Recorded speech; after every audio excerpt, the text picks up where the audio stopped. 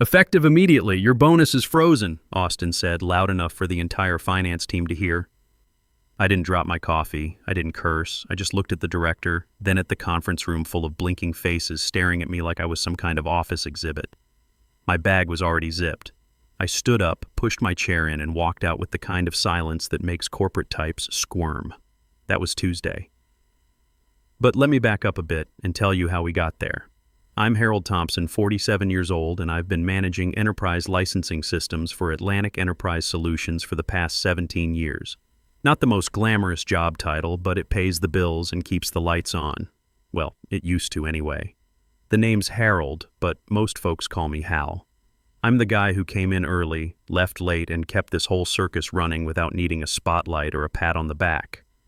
My comfort zone was simple. Spreadsheets, licensing dashboards, 6:00 a.m., black coffee strong enough to wake the dead, and the quiet satisfaction of solving problems before anyone even knew they existed. I was the type of guy who remembered renewal dates better than birthdays. I didn't waste time on office politics or circle back on things unless someone had actually circled something worth circling back on. I had one rule that kept me sane for nearly 2 decades. Don't mess with the machine if you don't know how it runs. And the machine? That was me. The new leadership team, though, they were all about noise. They loved pinging entire Slack channels with questions they could have Googled in 30 seconds. They were big on synergy and disruptive innovation and all that consultant garbage you hear at conferences. They scheduled team-building happy hours right in the middle of our busiest renewal periods, like the work would just pause because they wanted to take selfies with craft beer. Here's what they didn't notice. I was the one catching system outages before they spread. I was the one who held together our payment renewal engine with what amounted to digital duct tape after they botched an integration 6 months back. They had no clue that our licensing platform, the one that handled our entire $48 million portfolio, only worked because I'd personally negotiated agreements with 3 different vendors and somehow made them play nice together. But I knew. I didn't just know the system, I owned it. Literally. On paper. My name was on every renewal contract that mattered. Before I go deeper into this tale of corporate stupidity and what happened when they pushed the wrong guy too far, let me paint you the full picture of Monday, the day before everything went sideways. That morning, I got the usual check-in from our main vendor rep, Lisa Santos. She's got the patience of a saint and has been dealing with our account for about 4 years now. Hey Hal, she pinged me through our secure messaging system, just touching base before the board reshuffling hits. Want to lock down the renewal before things get messy up there? I smirked at my screen. Lisa knew the score better than most people in this building. She'd watched 3 different management teams come and go, each one thinking they could reinvent the wheel. I typed back. Already handled. Signed, sealed, and locked in the vault. See, 6 months earlier, when I started smelling the coffee about this leadership turnover, I'd quietly renewed our core enterprise license under my credentials. Why? Because when you've been around corporate America as long as I have, you learn that when the wolves start howling, you don't ask if they're hungry. You make sure you've got something they need. So there I was, sitting on the single point of access for a $48 million licensing portfolio. They thought the platform ran on magic, or maybe some intern with admin privileges. It was almost cute, really. The license renewal I'd signed wasn't just paperwork. It was a masterpiece of defensive planning. I'd buried a clause in Section 14.3c that required biometric authentication tied directly to my employee ID for any administrative changes. The vendor's compliance team loved it because it satisfied their audit requirements. My old boss loved it because it kept us in regulatory compliance. And I loved it because it meant nobody could mess with my system without going through me first. I went about my Monday like any other day, watching the cracks form in this shiny new regime. Austin Walsh, our director, former consultant who thought spreadsheets were optional if you had enough vision, started throwing his weight around like a peacock in a dollar store. My budget requests got ignored. Access approvals I denied got overridden without so much as a reply email. He once asked in a meeting if we really needed all that auto-renewal stuff, like recurring revenue was some kind of decorative feature. The guy didn't understand that our auto-renewal system processed $11.3 million in monthly subscriptions. Without it, every single contract would need manual processing, which would require about 15 additional staff members we didn't have and couldn't afford. But Austin wasn't interested in details. He was interested in looking innovative for the corporate visitors. Still, I did my job. Every error, every rollback, every compliance check they skipped, I logged it all. Not for revenge, for insurance. And Monday at 5:12 p.m., I backed everything up into a secure folder on my personal drive. The renewal files, vendor communications, audit trails, authentication protocols, a nice little package I labeled "When They Ask." I also made sure to update my emergency contact information in the vendor portal. Instead of the generic IT help desk email that nobody monitored, I switched it to a personal account I controlled. Small change, but it meant any urgent communications would come directly to me instead of disappearing into some digital black hole. Tuesday morning rolled around, and I showed up, early like always. Clean shirt, strong coffee, system humming along nicely. The morning reports showed everything running smooth. Payment processing at 99.7% success rate, no failed authentications, no compliance flags. Just the quiet efficiency I'd built over 17 years. Then the conference call started, and Austin decided he needed to flex in front of the finance team. Effective immediately, your bonus is frozen, he announced, like he was reading the weather report. We're reallocating performance incentives to align with new priorities. Translation. I'd been asking too many questions about their half-baked initiatives, and they wanted me to know my place. The whole finance team was there, watching this public execution disguised as a budget meeting. Austin just stood there with this fake grin plastered across his face like he was proud of himself. Budget adjustments, he added, tapping his tablet to make it seem more official. We're focusing on high-impact roles for Q4. High-impact my rear end. I'd been running the most critical system in the company while he was still learning how to use PowerPoint. The room went dead quiet. Casey Morgan, one of the junior analysts who actually understood what I did around there, looked like she wanted to crawl under the table. Someone's chair squeaked. Nobody was doing their usual fake chuckling at Austin's wisdom pearls. Even the new VP from corporate, who'd been taking notes like she was documenting evidence, stopped writing and just stared. Everyone in that room knew this wasn't about budgets. This was a message. Austin needed his moment in front of the suits, probably to show he could make the tough decisions about legacy resources. That's corporate speak for experienced employees who cost more than fresh college graduates. I didn't ask questions, I didn't protest or make a scene, didn't demand to speak to HR or threaten to call my lawyer. I just reached for my bag, zipped it up without looking down, and slid my coffee mug toward the edge of the table. It was clean anyway, unlike this whole meeting. Austin cleared his throat and started turning to his next slide, probably something about leveraging core competencies in Comic Sans. Just like that, 17 years of keeping their lights on got dismissed like a typo in a footnote. I walked out without saying a word. Casey caught my eye as I passed the door, mouthing, "I'm sorry." She meant it, but sorry doesn't fix stupid management decisions. This wasn't an accident, it was theater. Austin needed his performance piece, and I was the sacrificial lamb. They figured I'd take it quietly. Thought I was just some old-school tech guy who wouldn't push back because I liked early mornings and actually read the fine print on contracts. They saw a quiet guy in sensible shoes who kept his head down and did his work without complaining. Here's what they never understood. Silence isn't surrender. Silence is the sound of a fuse burning down.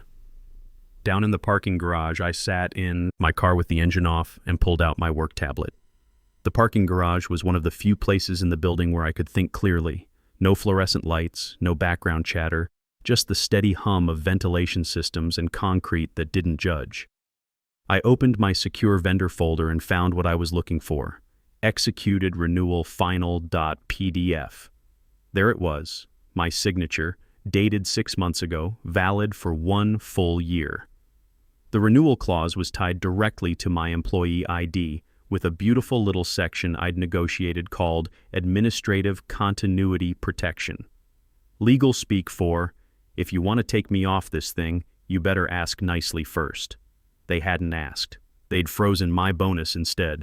The document was a thing of beauty, really. 47 pages of technical specifications, compliance requirements, and legal protections that most people would skim through without understanding. But I'd read every word, negotiated every clause, and built-in safeguards that would make a submarine engineer proud. Section 14.3c was my masterpiece. Administrative access shall remain exclusive to the original signatory unless formally transferred through written consent and biometric verification update. Any attempt to override administrative protocols without proper authorization shall trigger immediate license review and potential suspension pending compliance investigation. In plain English, touch my system without permission and everything stops working. I toggled to the system audit log on my tablet. Everything was running smooth as silk, with my authentication confirmed that morning at 7:03 a.m., just like clockwork. The next mandatory check-in was scheduled for December 2nd, exactly 5 business days away. If they tried to log in without me, the system would flag the account, lock it down, and alert the vendor's compliance team automatically. 3 failed attempts, and the license would go into review status. And once that happened, it could take weeks to resolve, assuming they could even prove they had legitimate access rights. I made 2 quick changes to my account settings. First, I updated the emergency contact information from the generic IT email they never checked to a personal account I controlled. Any urgent vendor communications would now come directly to me instead of disappearing into the company's digital bureaucracy. Second, I adjusted the shared folder permissions for all the renewal documentation. Previously, it was accessible to legal, finance, operations, and my old manager's Ghost account. Now, it was locked down to one person, me. If they wanted to see those files, they'd get a nice little pop-up message. Request access from owner. And the owner was no longer in the building. I didn't slam anything or peel out of the parking garage like some revenge movie. I just drove home carefully, obeying all traffic laws, and fed my cat. Then I sat down at my kitchen table and did something I hadn't done in 17 years. I updated my resume, not out of panic or desperation, out of principle. 17 years of keeping their ship afloat deserved a well-formatted backup plan, complete with bullet points about enterprise licensing governance and vendor relationship management. Professional language that looked impressive even if nobody at Atlantic Enterprise actually knew what those phrases meant in practice. But I wasn't sending that resume anywhere. Not yet. They weren't bleeding hard enough. The best part? I could fix everything in about 15 minutes. All they had to do was ask. My phone started buzzing by Wednesday afternoon, Slack notifications coming in like popcorn in a microwave. The beautiful thing about corporate panic is how predictable it is. First confusion, then denial, then frantic troubleshooting by people who don't understand the problem. Austin, need your input on licensing renewal doc when you're back at your desk. IT. Help, getting errors on billing automation. Any recent changes on your end? Legal. Hi Hal. Quick question. Who's the main contact for vendor licensing renewal? Can't find the latest copy. I ignored them all. Instead, I made myself a sandwich and watched my cat judge me from the windowsill. Even she seemed to understand that some bridges are meant to be burned. By Thursday morning, the emails were flying like confetti at a parade, except nobody was celebrating. Subject lines screaming urgent, renewal queue down and action needed, auto billing failures. The desperation was starting to show through the corporate speak. Casey, bless her heart, had apparently been volunteered to figure out my handoff while they sorted things out. Her first email was painfully polite. Hi all, seeing some odd behavior with the renewal dashboard. Tried to validate 2 contracts and got a platform error about license authentication. Anyone else seeing this? Crickets. Nobody else was seeing it because nobody else understood what they were looking at. 2 hours later, Casey tried again. Vendor dashboard won't let me into the admin panel, getting blocked at sign-in. Please advise. Still nothing. The IT department was probably busy blaming the network. Management was probably having meetings about having meetings to discuss the meetings they'd need to have. Finally, Casey tried the Hail Mary, looping in vendor support to see if there was an outage on their end. That's when the match hit the gasoline. Lisa Santos replied within the hour, professional and cold. Hello, Casey. We're not experiencing any outages. The platform is functioning as expected. Please note that your organization's enterprise license is configured to accept authentication from the original signatory only. To revalidate, that individual must log in and complete the 2FA protocol. Without this step, access remains restricted. Best regards, Lisa Santos, Enterprise Account Manager. Boom. Lisa might as well have sent a singing telegram that said, "You're locked out and you don't even know who has the key." The beauty of that response was in its simplicity. No technical jargon, no complicated explanations, Just cold, hard reality delivered in corporate-friendly language that nobody could misunderstand. Meanwhile, Austin was probably blaming IT. The IT department was blaming the vendor. The CTO, Stephen Park, was saying it was probably on their side, just call them. And the vendor was basically saying, that's adorable. Try again. Nobody, I mean nobody, actually knew who'd signed the renewal. Because when you push out the guy who built the system without documenting anything, you don't get innovation. You get corporate amnesia. They spent Thursday flailing through shared folders, old Slack messages, archived emails, desperately trying to piece together who signed what and when. But they couldn't find the signed PDF. It was no longer in the shared drive, locked away behind permissions that required my personal approval to access. The file history showed a trail of access attempts. Request pending, contact owner for approval. And the owner? Well, the owner was at home drinking coffee and reading a very interesting book about home renovation projects.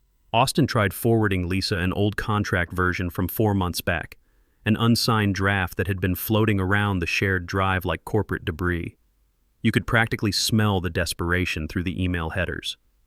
Lisa's reply was ice cold and swift. This version is unsigned and invalid. Our records indicate the executed license is held under H. Thompson, employee ID 7743 HAL. Please contact the original signatory for authentication. Contract cannot be modified or transferred without proper verification protocols. I could picture Austin Googling H. Thompson employee 7743 like it was some rare species of bird. The guy had worked 20 feet away from me for 3 years and still didn't know my full name. He probably thought Harold was just my weekend name or something. Thursday afternoon brought a new level of creativity. Someone in IT, probably some caffeinated intern who'd watched too many hacker movies, tried to brute force the situation. They submitted a fresh license request through the vendor portal using Austin's credentials and a shiny new admin email. Ops.primary 2024@atlantisenterprise.com. Like putting a band-aid on a broken dam and hoping the river would wait politely. Lisa came back in 50 minutes. Clinical and professional. Request denied. Current enterprise license is bound to original signatory H. Thompson per federal compliance requirements. Platform reissuance requires two-factor authentication from existing license holder. OR formal deactivation followed by 30-day compliance verification period. Current request lacks valid authentication credentials. Status, pending original signatory authentication. That little status line, pending original signatory authentication, was now the company's silent executioner. It showed up everywhere, on dashboards, in logs, in automated failure notices that kept pinging internal emails like a broken smoke detector that nobody could reach. Revenue operations was catching fire. The monthly renewal queue had backed up with 72 stalled contracts, each one representing thousands of dollars in recurring revenue that couldn't be processed. Finance was manually walking through invoices they didn't understand, trying to figure out which payments were automated and which ones needed human intervention. One of our enterprise clients emailed asking if they'd been deplatformed after their renewal failed to process. Another client called the main number wanting to know why their service dashboard was showing authentication errors instead of their usage statistics. Some poor guy in sales tried to reactivate his own dashboard access and got his credentials suspended for non-compliant override attempt. The system was working exactly as designed, protecting itself from unauthorized access, even from people who thought they had legitimate reasons to be there. They'd run out of explanations, excuses, and energy. By Thursday night, the formal emails stopped coming. That's when things got personal. 9:42 p.m., my phone buzzed. Unknown number, but I recognized the local area code. Text message. Hey, you around? Want to chat? Not sorry. Not we made a mistake. Not even please. Just want to chat like we'd bumped into each other at the grocery store and he was asking about the weather. I stared at that text for a long time, then locked my phone and slid it face down on the kitchen counter. Austin had never contacted me directly before, not even when I'd led the system migration last year that saved them $400,000 in compliance penalties. Back then, he'd thanked Stephen Park instead, who wasn't even on the project. Now suddenly he wanted to chat. I left him on read. 10 minutes later, another message came in, this one from legal. Hi Hal, hope you're well. Quick thing, could you look at a routine vendor form? Minor access hiccup, totally routine. Shouldn't take more than a minute. The emoji, Good Lord, the emoji. Like a digital Band-Aid on a gaping wound. I read it 3 times, then typed back exactly 4 words. Ask the director. That was it. No explanations, no legal tap dancing, no corporate politeness. They'd had their chance to ask nicely. That window closed when Austin decided to freeze my bonus in front of half the company like I was some kind of budget line item. Later that night, I checked my old work calendar out of curiosity. They hadn't revoked my access yet. Probably too busy putting out fires to think about digital housekeeping. Friday morning was blocked off for leadership offsite. Q4, strategic alignment. Of course they were. They were supposed to be off somewhere sipping overpriced coffee in a mountain cabin, whiteboarding buzzwords and filming drone footage for the corporate highlight reel. Instead, they'd be scrambling to explain why the system handling $11.3 million in monthly renewals was blinking red every time someone tried to log in. I bookmarked that calendar entry, closed my laptop, and went to bed. Set my alarm for 8:30 a.m., later than usual, but I figured I'd earned a sleep in. At exactly 8:59 a.m. Friday morning, the license expired. Not with sirens or alarms or dramatic countdown timers, just a quiet digital tick, and the platform's lifeblood stopped flowing. At 9 o'clock a.m. sharp, everything stalled. Auto renewals froze mid-cycle. Payment processing jobs failed in sequence, time-stamped like digital gravestones. The dashboards, finance, sales, operations, all flickered red, then flatlined. Every panel now displayed the same cold message. Authentication failed. License status, inactive. Contact administrator for resolution. The office didn't explode, it imploded. Quietly at first, like a building settling, then with growing panic as people realized this wasn't a temporary glitch. Phones started ringing, not customer calls but internal chaos, like neurons firing in a brain that was having a stroke. Someone in accounts tried forcing a payment batch through manually. Error code 403, forbidden. Someone in client operations refreshed the main dashboard 5 times in a row. Nothing. And someone, I swear this is true, actually tried unplugging the main server and plugging it back in, as if that would somehow reset a federal compliance agreement tied to biometric authentication protocols. Casey Morgan stared at her screen like it had personally betrayed her. "This can't be right," she whispered to her monitor. The system was working fine yesterday. At 9:03 a.m., Patricia Walsh from legal burst into the executive boardroom carrying a single piece of paper. Not an email printout or a Slack screenshot. The actual contract, pulled from some filing cabinet that probably hadn't been opened in months. She dropped it on the conference table like evidence in a murder trial. Enterprise Licensing Agreement, Atlantic Enterprise Solutions, 2024-2025. Signed, H. Thompson. Date, April 4th, 2024. Section 14.3c. Administrative access remains exclusive to signatory unless reassigned through formal written consent and biometric verification update. Austin leaned over the document, reading like it was written in ancient hieroglyphics. He swallowed hard. "Who's H. Thompson?" Nobody answered at first. Then Stephen Park, our CTO, looked up from his tablet with the expression of a man who'd just realized he was standing in quicksand. "That's Hal, Harold Thompson, the guy you frozen bonused on Tuesday." The intern in the corner, the same one who'd once called me the spreadsheet dinosaur behind my back, whispered, "I thought his name was just Hal." That's when Charles Hoffman, our founder and CEO, walked into the boardroom. He was dressed for the leadership offsite, dark jeans, company-branded pullover, the kind of expensive casual that says I'm successful but still relatable. But he stopped dead when he saw the wall of red error messages reflected on every screen in the room. He looked around the table, first at Patricia, then Austin, then Stephen. Nobody would meet his eyes. "What," he started, voice barely controlled, "is happening here?" Stephen cleared his throat like he was about to deliver bad news to a terminal patient. "We're experiencing a licensing system failure, complete lockout. The authentication is tied to Harold Thompson's employee credentials, and he's..." Stephen gestured vaguely toward the door. Charles stared at him like he'd just announced the building was made of cardboard. Patricia slid the contract across the mahogany table. Charles read it slowly, and I swear I could watch his face change in real time. The weight of the entire company had just shifted and he wasn't prepared for it. Please tell me Harold didn't actually sign this, he said quietly. But I had. 6 months ago, in my little corner office under flickering fluorescent lights, sipping coffee that was too strong and watching the corporate empire lean a little too far forward. Now it was falling over. The silence in that room was broken by a soft ding from someone's phone. Stephen looked down at his Slack notifications and read aloud. Vendor support confirms. License tied to employee ID Thompson 7743. Reauthentication requires 2FA via his registered device. Last successful verification, December 2nd, 7:03 a.m. All override attempts have failed. Platform has entered permanent lockout status pending signatory intervention. That was it. Cold digital certainty delivered in corporate-friendly language. The system was doing exactly what it was designed to do, and it was doing it without them.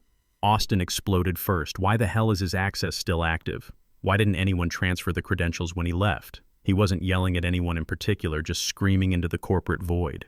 Stephen didn't even look up from his tablet, because that was his system. He built the framework. He negotiated the vendor relationships. He designed the security protocols. You eliminated him without a transition plan. You're blaming this on me? I'm blaming this on poor planning and ego management. Charles closed his eyes like he was making a wish that none of this was really happening. When he opened them, he was still holding that contract with my signature at the bottom. His hands weren't shaking, but they looked heavier somehow. Can't we just override the system somehow? Someone asked from the back of the room. Stephen actually laughed, a short, bitter sound. Override what? This isn't a password reset. This is an enterprise-grade licensing agreement that Harold specifically designed to prevent unauthorized access. The vendor won't even talk to us without his biometric confirmation. Charles exhaled slowly, like he'd been holding his breath for months. He folded the contract once and placed it carefully on the table. Then, without saying another word, he stood up and walked out of the boardroom. Nobody followed him. They just sat there, in the silence, watching red error messages blink like digital heartbeats. The call came to my personal phone at 2:17 p.m. Charles Hoffman himself. "Harold," he said when I answered. "I hope you're well. Would you be open to a conversation?" "I'm listening," I said.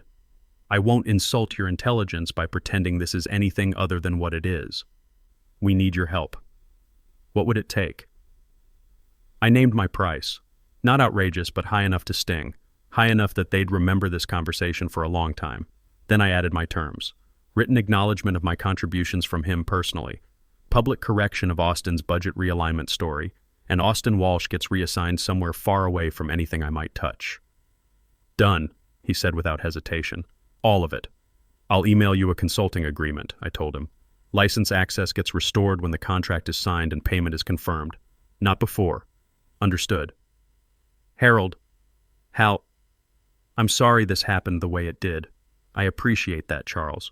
But sorry doesn't fix poor management decisions. The contract will." Monday morning, I walked back into that same boardroom where Austin had frozen my bonus exactly 1 week earlier. This time, Charles was waiting with a signed contract, a check for my consulting fee, and a handwritten letter acknowledging my critical contributions to Atlantic Enterprises' technical infrastructure over the past 17 years.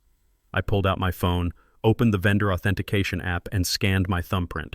The system came back online instantly.